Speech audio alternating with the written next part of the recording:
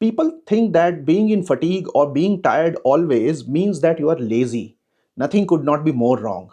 Hi, my name is Prashant. I'm a EGOSQ specialist for people who have chronic pain due to ankylosing spondylitis, rheumatoid arthritis, or cervical pain or normal pains that you have in your body. So today we are going to discuss about why do we get fatigue or why do we feel tired always. I will talk about why does it happen and also defect how it affects us. And thirdly, I will be giving you certain solutions for it, certain practical strategies that you can use in your daily life. So stick around till the end of the video. So first of all, why does this happen? One of the main reasons why this happens is chronic inflammation.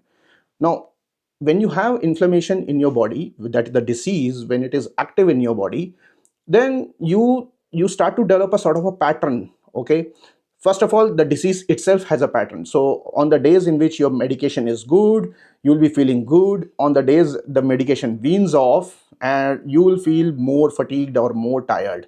Now, whether you are taking a painkiller or a biologics or over the counter drugs, it doesn't matter. You will have days in which you will be more active and the days in which you'll be more tired, depending upon the inflammation level in your body. So take care of your inflammation. The second reason is poor sleep. When we don't sleep in the night, we don't rejuvenate our body very well. Sleep is the time when our body repairs our cells, our muscles, our tissues. The entire body repairs its digestive system, its respiratory system, everything comes into play.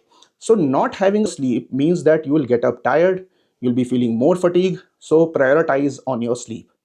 The third thing is being in constant pain. When you have constant pain, then you don't like to move around much. You want to always sit or sleep and not go out a lot. You avoid social engagement. So all these things, you then tend to focus on your pain. So pain is the third reason why we feel fatigued. The fourth reason, which is very interesting, is mental fatigue. Now, mental fatigue is due to the constant worry that we have because of the disease. Okay, we constantly worry about our future. We constantly worry how are we going to go up in our career, what are we going to do, what is going to happen with my marriage, or what is going to happen in my old age. We start thinking a lot and keep stressing about it. So mental fatigue converts into physical fatigue, and that also leads to being tired, being not interested in anything. So mental fatigue is another reason for this. The other reason is medication. Some of the medications do have side effects that they will make you feel drowsy. So although this is not the case now, there are many drugs which don't make you feel drowsy, but there are certain drugs which do. So check with your rheumatologist on this. Now let us discuss how does fatigue affect us and when does it affect us most. So the fatigue affects us most when we are parenting, when we get married and we want to, we have children, or even if you're married for a long time, you have teenagers to take care of, then you are not able to spend time with your children. Because they demand your attention. You have to lift your kid, you have to pick up their toys, or go out with your teenager, pick them up from their school, or drop them to the school, or drop them to various places. So it becomes very tiring to do these jobs. When this is compounded with your inflammation, pain, and the mental fatigue, you start to think them as big things that you need to do. So parenting is something that gets affected. Now the second thing that gets affected is your career. In your career, you start to low ball. You don't want to aim high because you feel that you will not be able to reach the highest of positions because they require a lot of work. Well, I have led very big teams. I've been in mobile industry, broadcasting industry, and now I'm a cybersecurity professional, and I'm a YouTuber, and I'm a coach, and I have led teams, 70 people team back in India, and I know that it could be tiring, but then there are ways in which you can make this better. So let's now start with what are the practical strategies that you can employ when you have to deal with tiredness and fatigue.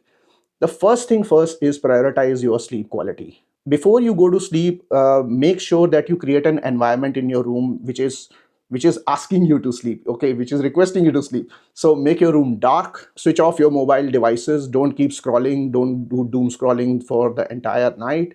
Switch it off, okay, keep it away.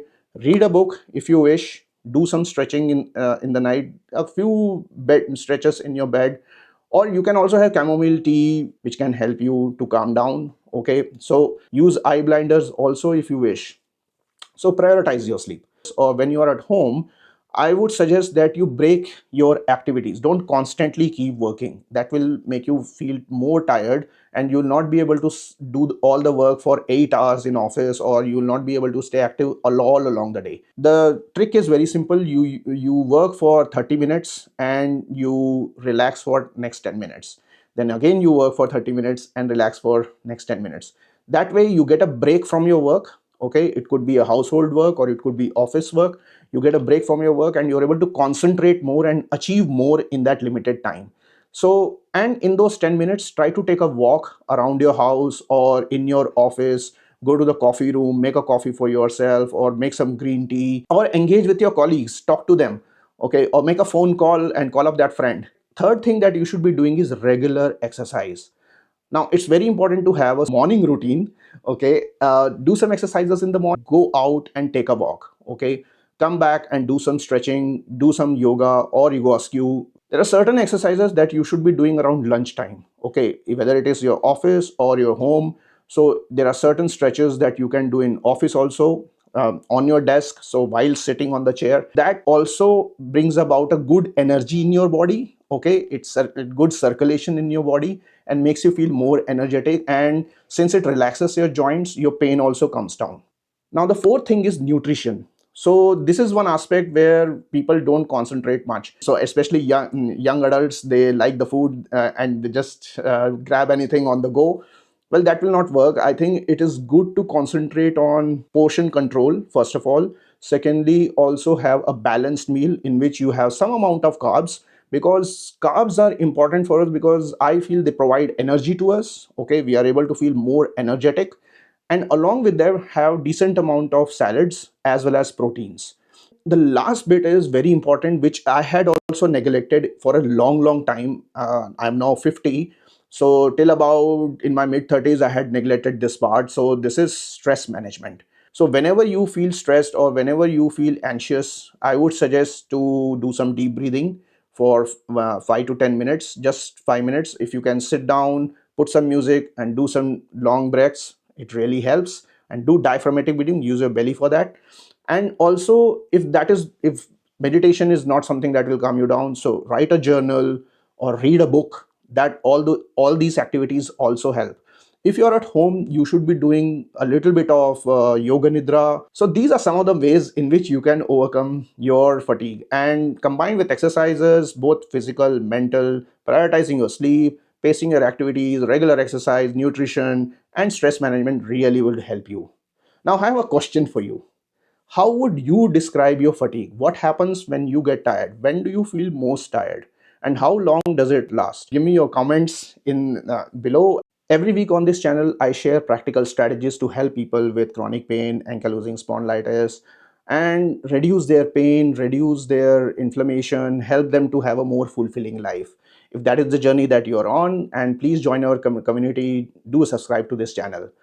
Now, what is the one symptom that is worrying you? Please do suggest and I will try to make a video about it. And if you're feeling really stuck and you want some personalized exercise routine, don't hesitate to get in touch with me. I have put my contact details below. And if you don't want to have a coaching session, then I hope these videos help you and keep you in shape. Till we meet again, keep living passionately.